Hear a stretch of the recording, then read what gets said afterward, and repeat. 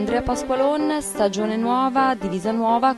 Ma sì, diciamo che proprio così è una nuova esperienza per me, è un nuovo team, siamo tutto da scoprire, un team tutto da scoprire e diciamo che questo team mi ha dato fiducia ad agosto dell'anno scorso e io sicuramente nel 2014 cercherò di ripagarli. Tu sarai uno degli uomini faro di questa formazione.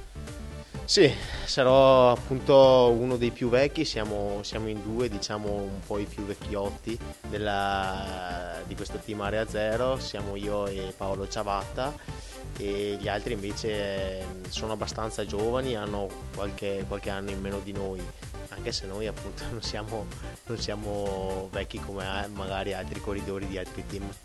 Gli obiettivi per il 2014?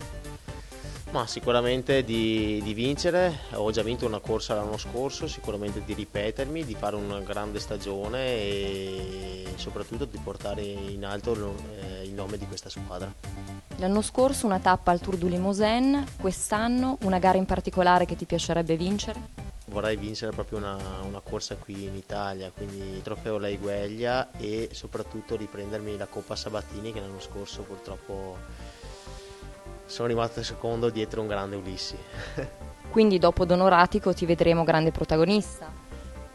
Sì, dai, sicuramente ho fatto un buon inverno, non ho avuto problemi fisici come magari li ho avuti l'anno scorso e quindi sono veramente fiducioso.